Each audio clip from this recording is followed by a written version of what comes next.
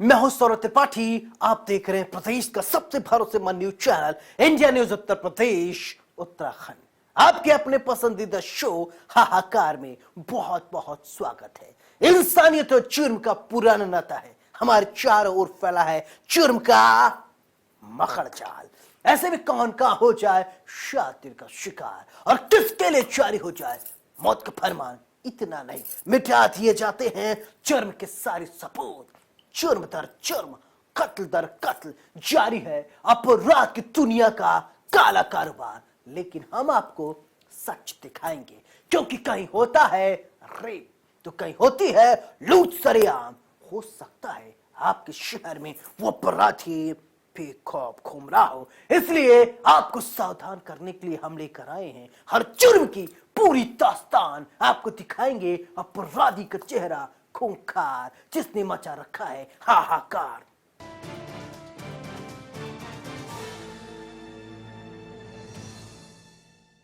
हमीरपुर में अपराधियों की आई शामत।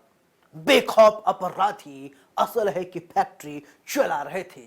लगातार पुलिस को शिकायत मिल रही थी, जिसके बाद पुलिस ने अपराधियों को धर दबोचा, उनके गिरोह के सरगना को धर दबोचा। देखिए इस वारदात के बाद गलत काम करने वाले लोगों में कैसे बचा हाहाकार।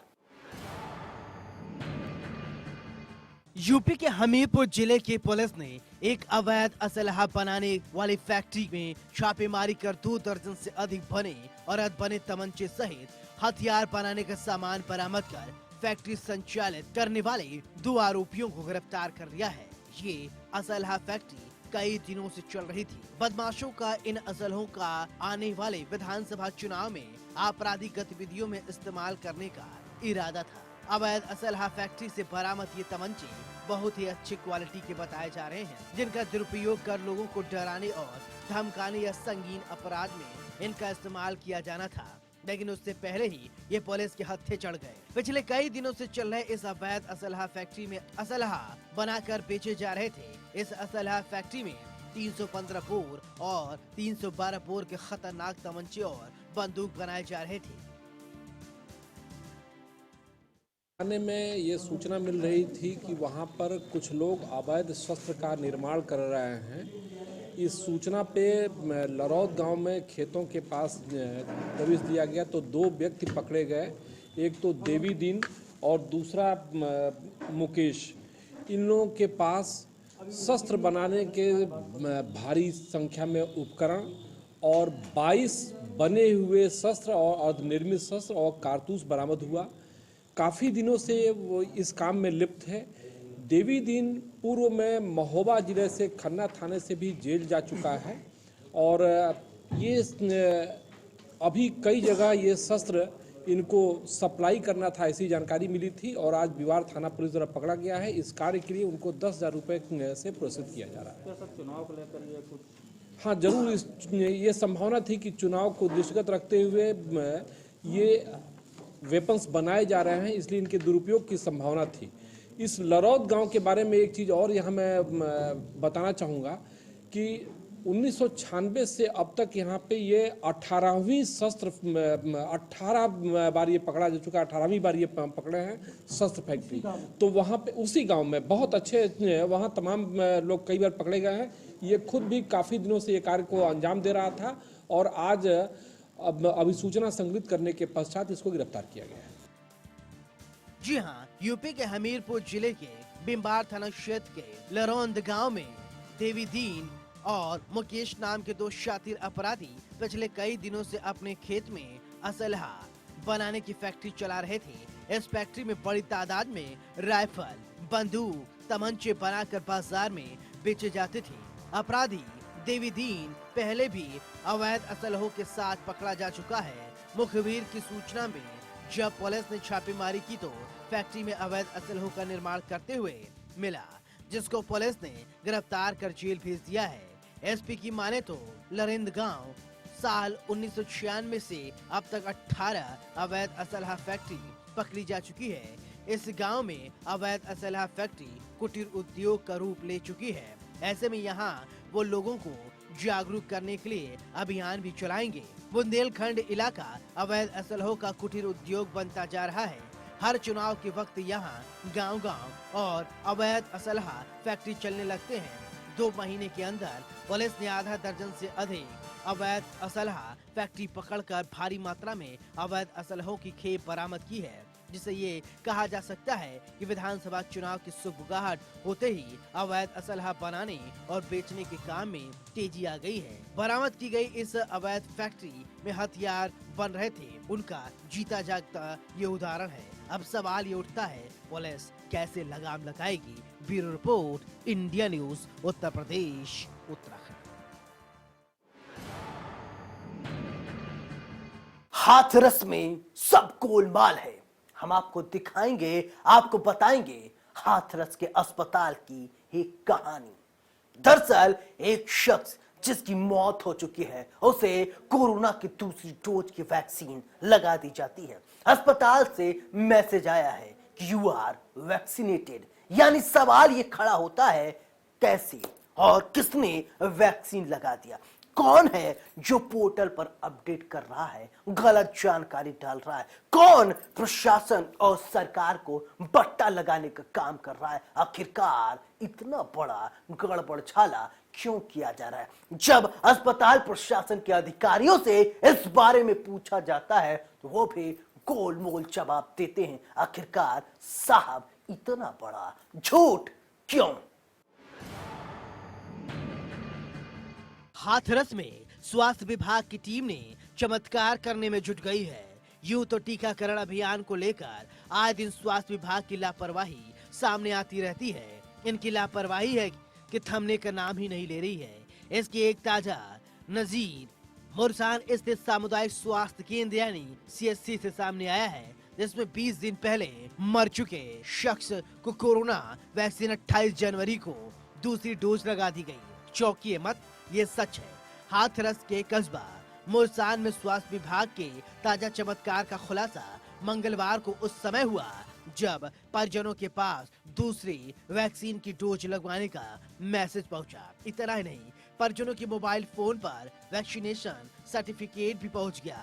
ये देखकर परिजनों के होश फाख्ता हो गए। कस्बा मुरसान के मोहल्ला बोरहान मोहनी गली निवासी 69 वर्षीय विनोद कुमार अग्रवाल, उनकी पत्नी मीरा देवी अग्रवाल ने 6 अप्रैल 2021 को सामुदायिक स्वास्थ्य केंद्र मुरसान पर कोविड वैक्सीन की पहली कोविशील्ड डोज लगवाई थी, लेकिन उसके बाद लगातार स्वास्थ्य खराब होने के चलते दोनों ही पति पत्नी वैक्सीन की दूसरी डोज नहीं लगवा सके। बीते 9 जनवरी को उनके बेटे के मोबाइल नंबर पर और उनकी पत्नी मीरा देवी के दूसरी डोज लगवाए जाने का मोबाइल फोन पर मैसेज आया। मैसेज में कहा गया कि आपको कोरोना वैक्सीन सफलतापूर्वक कंप्लीट हो गया है। जब स्वास्थ्य विभाग के आला अधिकारियों से इस बारे में जानकारी लेने की कोशिश की गई, हमने तो वैक्सीन लगवाई ही नहीं, तो मैसेज कहां से आया? तो वही ढाक के 3 पात स्वास्थ्य विभाग के अधिकारियों ने इस पूरे मामले से पल्ला झाड़ लिया। क्या नाम है तुम्हारा? विनीत कुमार अग्रवाल। किस जगह के रहने वाले हो? मुरसान बहरान गली मुरसान। क्या मामला हुआ ये वैक्सीन का? जी, मेरे पिताजी 9 जनवरी को एक्सपायर हुए थे और आज मेरे पास मैसेज आया कि उनके नाम से कि उनकी सेकंड डोज सक्सेसफुली हो गई है 28 जनवरी में, जबकि पिताजी 9 जनवरी को एक्सपायर हो गए थे। तो स्वास्थ्य विभाग के लिए मैं कहना चाहूँगा, उनका मेरे पास डेथ सर्टिफिकेट भी है जो 9 जनवरी को उनका शरीर पूरे होकर मेरे पास डेथ सर्टिफिकेट भी है। उनका पहली डोज का निधन के कितने दिन बाद ये डोज दिखाने लगी हुई? 9 जनवरी को उनका शरीर पूरा हुआ, ये 28 यानी कि 19 दिन बाद की डोज पूरा दिखा रहे हैं। यानी मरे हुए आदमी के लिए भी 19 दिन बाद ये सेकंड डोज लगा रहे हैं। और भी कोई ऐसी डोज लगी है किसी के? एक मम्मी का भी ऐसा हुआ है, मम्मी के भी सेकंड डोज नहीं लगा और उनका मम्मी के उसका भी मैसेज आया कि आपकी सेकंड डोज सक्सेसफुली हो गई है, जो मेरे मोबाइल में मैसेज आए हैं दोनों। ये लापरवाही रही है। ये स्वास्थ्य विभाग की बहुत बड़ी लापरवाही है कि वो मरे हुए व्यक्ति के भी जो है सेकंड डोज लगा रहे हैं और बूस्टर डोज का भी टाइम दे दिया उन्होंने। मैंने भी उसका सर्टिफिकेट पर देखा, उसमें बूस्टर डोज के लिए भी टाइम दे दिया कि आपकी बूस्टर डोज तब लगने वाली है। स्वास्थ्य विभाग के लिए बड़ी से बड़ी कार्रवाई होनी चाहिए, जो उसमें संलिप्त हैं, जिसकी ये लापरवाही है उसके खिलाफ मैं ये चाहूँगा कि कड़ी से कड़ी कार्रवाई हो।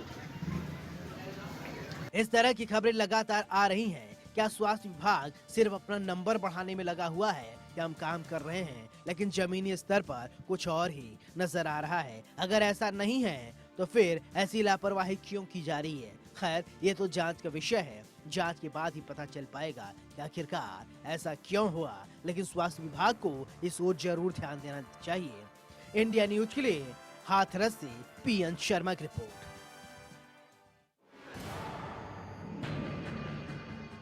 बच्चा चोरों से सावधान, बहराइच की तस्वीर हम आपको दिखाएंगे, जहां पुलिस ने एक बच्चा चोर गिरोह का पर्दाफाश किया है। पुलिस ने उन लोगों को धर दबोचा है जिसने एक मासूम बच्चे का किडनैप किया। इसके बाद उसे 1 लाख रुपए में बेच दिया।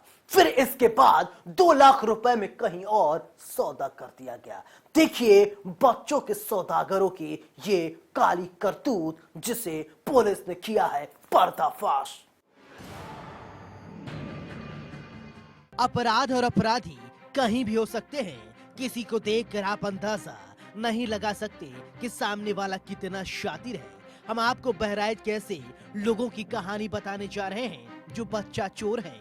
सोचिए, एक माँ अपने कोख में एक बच्चे को 9 महीने तक पालती है, फिर बहुत कष्ट से बच्चे को जन्म देती है।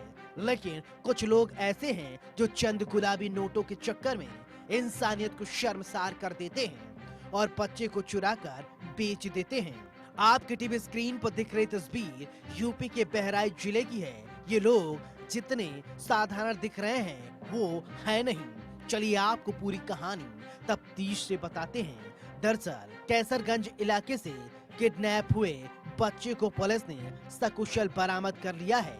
पुलिस की टीम ने बच्चे का किडनैप करने वाले 3 किडनैपर्स को भी गिरफ्तार किया है।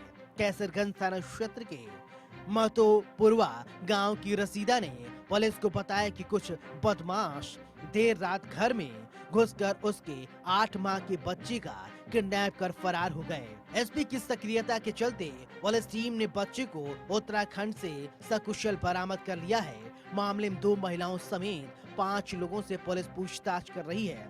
पुलिस इस मामले में बड़ा खुलासा करने के फेर में थी। कैसरगंज के हिंदुपुरवा चौराहे के पास 1 अक्टूबर को बशीर अहमद की पत्नी रशीदा अपने 9 महीने के बेटे फयाज के साथ घर पर सो रही थी। देर रात करीब 12 बजे कुछ लोग आए और मां की गोद से बेटे का अपहरण कर फरार हो गए। घटना से पुलिस की साख को बट्टा लग रहा था। 6 जनवरी को जिले का कार्यभार संभालने के बाद एसपी केशव कुमार चौधरी ने मासूम की बरामदगी के लिए चुनौती मानते हुए एएसपी नगर कुंवर ज्ञानंजय सिंह के नेतृत्व में 5 टीमों का गठन किया था। सूत्रों की माने तो पूरे मामले में मासूम की मां भी पुलिस के रडार पर थी। बच्चे का अपहरण करने के बाद उसे लखनऊ निवासी एक महिला के हाथ 1 लाख रुपए में बेच दिया गया था। रश्मि जी, क्या हुआ था? ये बच्चे मेरे 9 तारीख से गायब हुआ थे। उठा लेके चले गए और चिल्लाती रोती हुई वहाँ गए दौड़ते दौड़ते। फिर गाड़ी में बैठ के और गाड़ी छोड़ चुके और गिर पड़े नहीं थी। आप लोग सब गांव से निकले और मतलब नाई पर उठाने को सूचना दिया कि मतलब बच्चा छुआ है राजा। थाने वाले गए नाई पे तब कागज मैंने कि नहीं से ऐसे मुड़ा है हारा करे मतलब आवाज आवा के। तो ये कौन लोग थे जो बच्चों को लेके गए थे? ये अब जानने को हम नहीं चीना कि कहाँ के रहे नहीं चीन। किसी से कोई रंजिश है आपकी? कोई की रंजिश। कहाँ घर है आपका? देवली। इसके बाद महिला ने उत्तराखंड के रहने वाले एक अधिकारी के परिवार से 2 लाख रुपए में मासूम का सौदा कर उसे बेच दिया था। पुलिस टीम ने कड़ी मेहनत के बाद मासूम को 3 महीने बाद सकुशल बरामद कर लिया है। घटना में शामिल अपहरणकर्ताओं के गिरेबान तक पुलिस के हाथ भी पहुंच चुके हैं। आशंका जताई जा रही है इस मामले के तार किसी बड़े मानव तस्कर से जुड़े हो सकते हैं। पुलिस इस मामले में बड़ा खुलासा करना चाहती है। पुलिस अधीक्षक केशव कुमार चौधरी ने बताया कि जल्दी पूरे मामले से पर्दा उठाया जाएगा। जो बच्चे की बरामदगी हुई है किस तरह से हुई है, क्या कहते हैं? 10 जनवरी की एक घटना थी जिसमें एक 8 माह के बच्चे को एक घर के अंदर से जो माँ के पास लाया हुआ था उधर से रात्रि में किसी के द्वारा गायब कर दिया गया। यह घटना थाना कैसर में थी और बच्चे की माँ के द्वारा अभियोग पंजीकृत कराया गया था। अभियोग पंजीकृत करने के बाद टीमें गठित की गई थी बच्चे की बरामदगी के लिए और इस घटना के अनावरण के लिए, जिसमें थाना कैसर एसपी टीम और हमारे स्वाद लगी हुई थी। दोनों ने ही काफी परिश्रम करने के बाद और स्थानीय सूत्रों के सहयोग से इस घटना का सफल अनावरण किया है और बच्चे की बरामदगी की गई है। साथ ही इसमें संलिप्त लोगों को गिरफ्तार किया गया है, विवेचना प्रचलित की गई है। आगे हमें जो फैक्ट्स आएंगे, जो साक्ष्य आएंगे, उनके आधार पर अन्य विधि कार्रवाई सुनिश्चित की जाएगी। साथ ही लगाया जा रहा है कि और कौन लोग कितने लोगों की गिरफ्तारी हुई? अभी 3 लोग गिरफ्तार हुए। इस गिरफ्तारी से एक बात साफ है, अपराधी कितना भी शातिर क्यों न हो, वो कानून के हाथों नहीं बच सकता। खैर, अब देखने वाली बात होगी पुलिस आरोपियों पर आगे क्या कुछ कार्रवाई करती है। इंडिया न्यूज के लिए बहराइच से संजय मिश्रा की रिपोर्ट।